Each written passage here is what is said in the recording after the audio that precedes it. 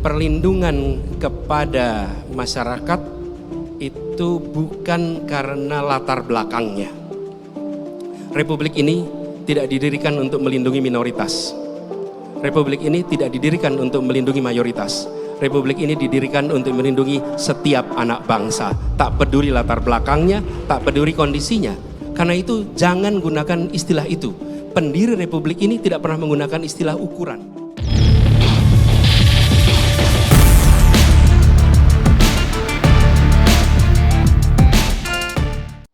Yang berhijab dan berkacamata, iya.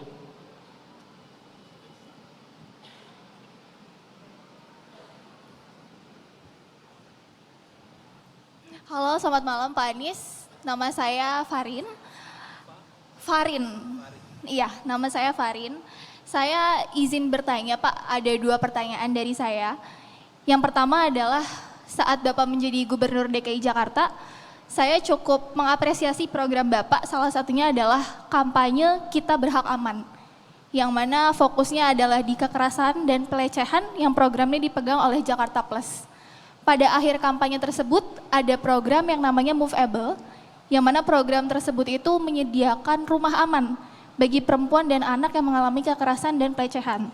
Tapi sampai saat ini saya belum pernah mendengar Pak, apa jadinya keberlanjutan program tersebut yang mana timelinenya itu saya baca ada di akhir Desember 2022.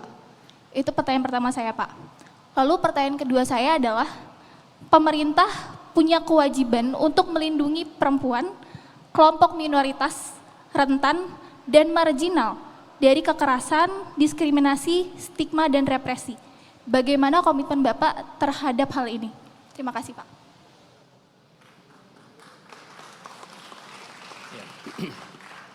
Makasih Farid.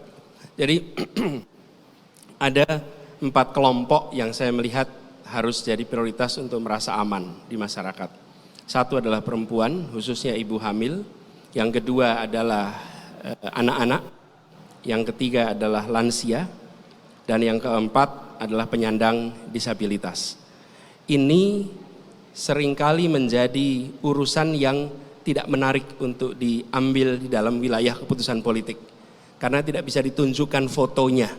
Lain dengan ketika kita membuat infrastruktur, bisa kelihatan fotonya. Yang ini adalah rasa aman yang dibuat. Dan itu yang kami kerjakan. Dan kemudian kita memastikan pekerjaan ini nggak bisa dikerjakan sendirian. Bekerja sama dengan NGO, bekerja sama dengan aparat penegak hukum, bekerja sama juga dengan kampus dan peneliti-peneliti. Dan itu yang kita kerjakan. Insya Allah saya berharap program ini bisa dijalankan terus. Dan inilah salah satu contoh barangkali terobosan yang harus bisa dilakukan continuity-nya. Dan kedua tentang perlindungan bagi kelompok ini semua. Seperti saya sampaikan tadi, perlindungan kepada masyarakat itu bukan karena latar belakangnya.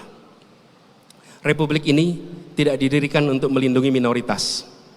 Republik ini tidak didirikan untuk melindungi mayoritas. Republik ini didirikan untuk melindungi setiap anak bangsa. Tak peduli latar belakangnya, tak peduli kondisinya.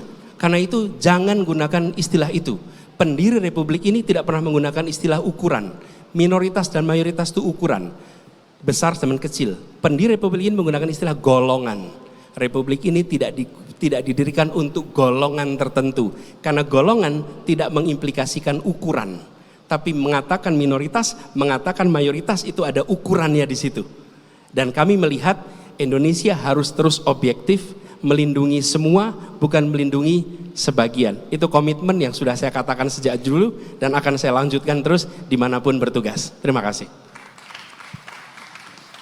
Sudah cukup atau mau ditanggapi lagi? Dijawab? Cukup? Boleh dijawab sedikit? Boleh. Oke, mungkin sedikit ya Pak. Berarti terkait program yang saat Bapak menjadi Gubernur DKI, apakah berarti sampai sekarang memang belum ada? Saya Atau berharap Bapak itu belum terus. Ya. Kan begini, kewenangan saya berhenti di bulan Oktober.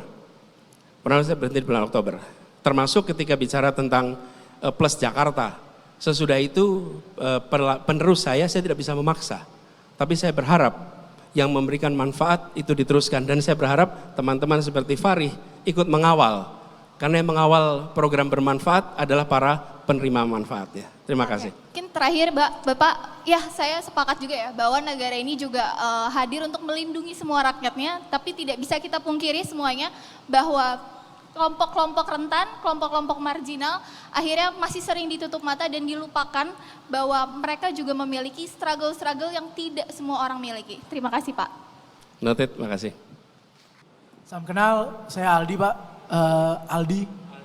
Saya itu tahun 2019 saya sebagai co-foundernya Kita Satu, relawan milenialnya Pak Jokowi Amin. Pertanyaannya saya simpel Pak.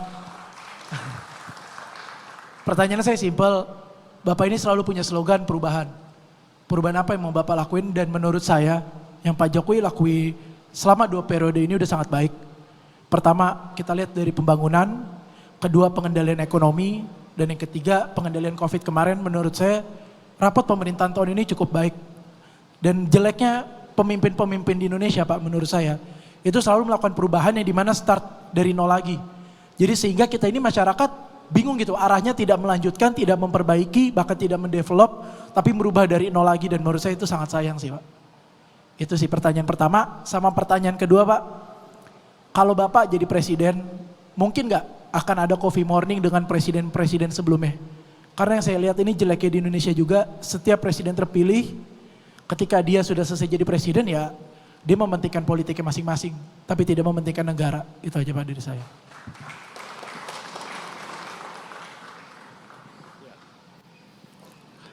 Saya rasa kesempurnaan itu hanya milik Tuhan dan kita tidak berhak mengklaim sempurna. Akan selalu ada ruang untuk perbaikan, perubahan.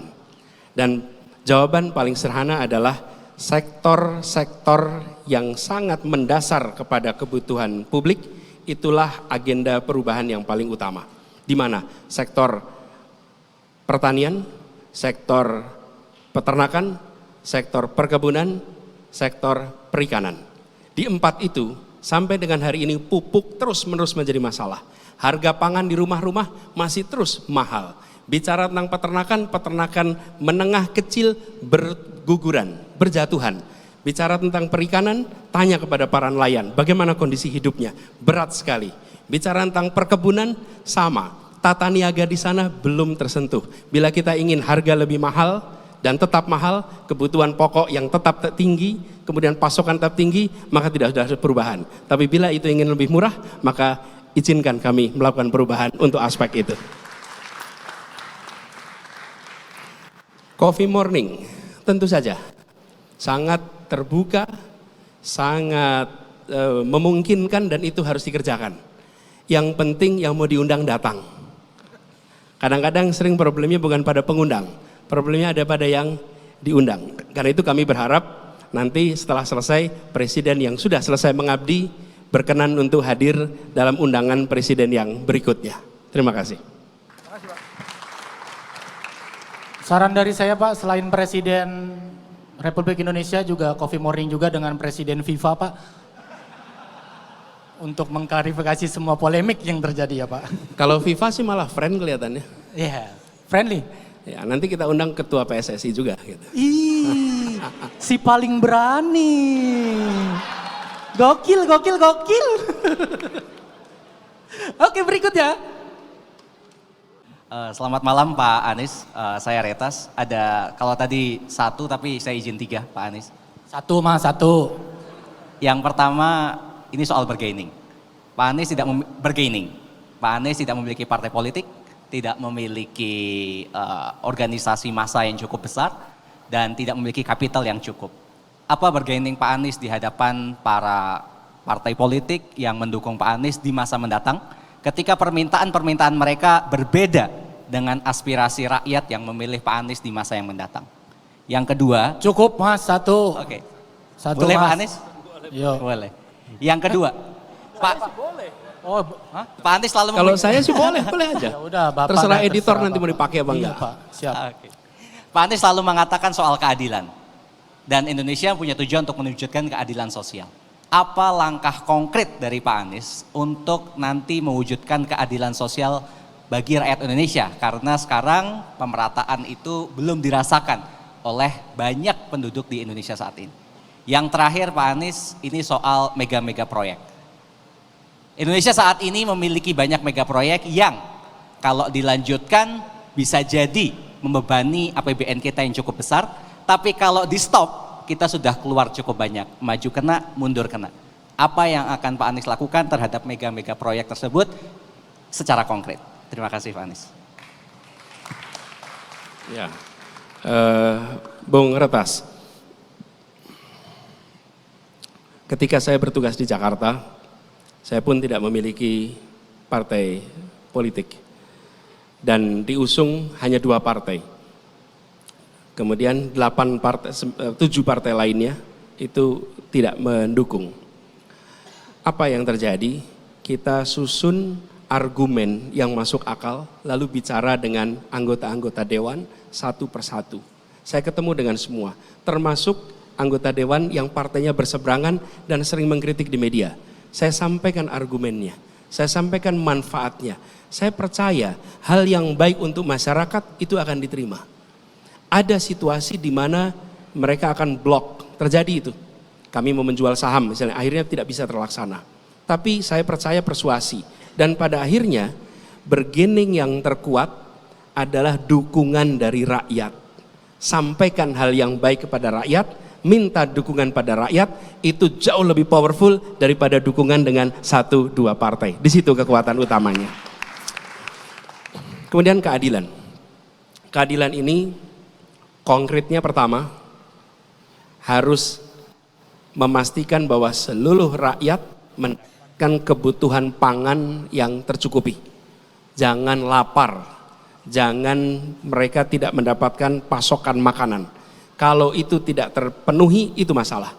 Dan ini nomor 1, bagaimana pangan itu berkeadilan, yang memproduksi sampai mengkonsumsi, nomor 1. Yang kedua, sehat.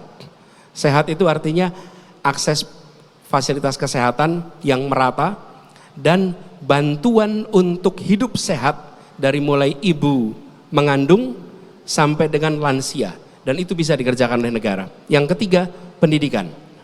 Pendidikan yang berkualitas sampai tuntas, dan yang keempat adalah membuka akses lapangan pekerjaan di tempat-tempat yang biasanya tidak ada akses pekerjaan.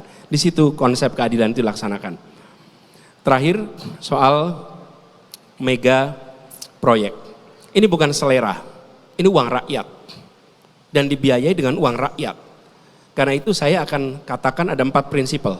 1, harus berkeadilan. 2, kepentingan publik. 3, menggunakan data, common sense, akal sehat. Dan keempat, regulasi.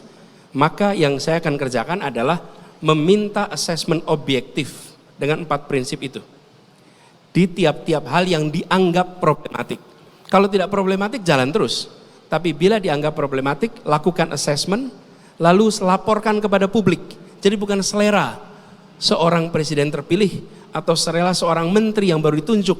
Tapi ini dikerjakan oleh tim yang transparan, laporkan kepada publik, apa solusinya, bahas dengan publik, sehingga ketika itu dijadikan keputusan, maka publik tahu bahwa uangnya tidak sia-sia. Begitu jawabnya, makasih.